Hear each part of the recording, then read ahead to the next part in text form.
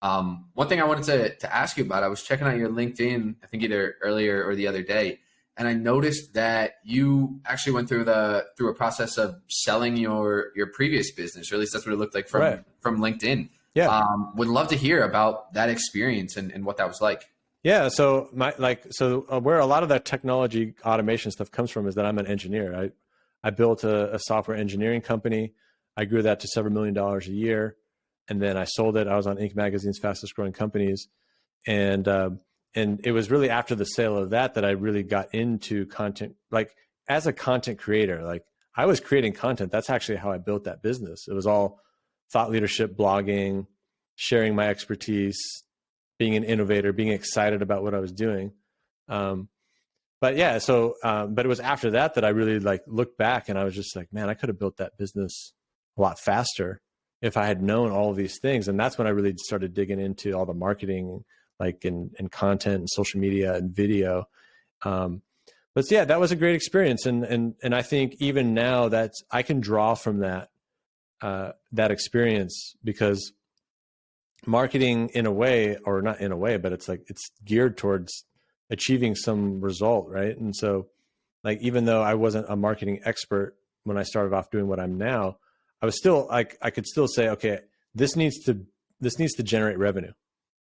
Like it all has to tie back to like making money at some point, or you're just experimenting or just having fun or just nerding out on something. Right. So I think that's one of the core things. And then also just going through the ups and downs of being an entrepreneur. Mm-hmm. And some of those mindset things. Like I've only had a job, a normal W-2 job, like for 2 years of my life. Nice. So yeah. So I just enjoy the journey, right? Like, whether I would just be, I mean, there are certain things I want to do in my life and be to enjoy it and whatnot. But like, I just enjoy this process. So I'll live and die just building products for people and trying to sell them to them. It's like, I love that process. When I was a kid, I created things. I was lemonade stand, selling Cokes at 4th of July, just whatever I could do to make a buck, and just wasn't to make money. It was just because I enjoyed creating value, I suppose.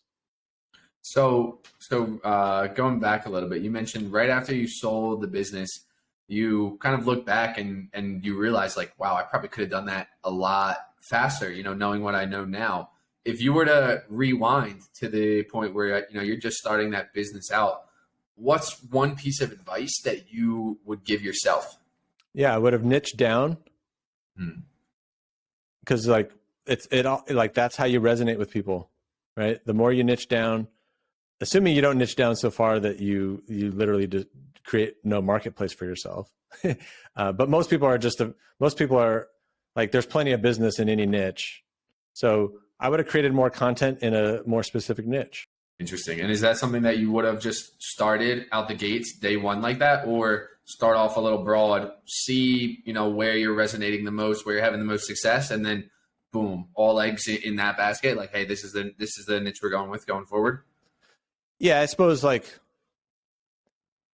yeah, I mean, I do think like you do need to, like in for instance, like even how I've crafted this company, it's like, I do think it's fine to kind of like figure out like where you are and who you are, like, and kind of like navigating that a bit. You don't have to pick a niche. It's just like the more you do, the better you're going to connect with those people. And when you start creating content, the more it's going to resonate with certain people. Like part of the reason why I create all that automation stuff is just because it's one way that I can cut through the noise. Right. Like I don't know anybody else on TikTok that's making that specific thing.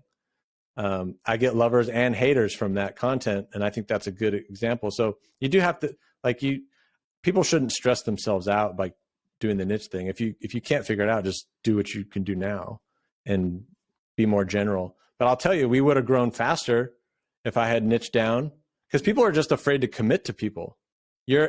What I find is like people are just actually afraid to commit to a group of people and serve them. And so you're actually committing to nobody.